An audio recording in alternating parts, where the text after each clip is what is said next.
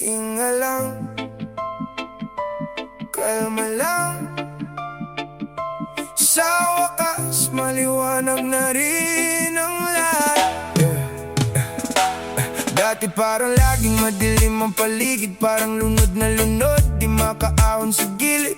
Inubos ang gabi sa pag-iyak mag-isa, naghahanap ng sagot habang nakatingin sa pader. Pero ngayon, wala na ang bigat sa dibdib, tunaw na ang lamig, di na nanginginig. Hindi na kailangang abulin ang anino mo, dahil nahanap ko na ang totoong ako. Hindi naman pala kailangang magmadali para lang hilumin ang pusong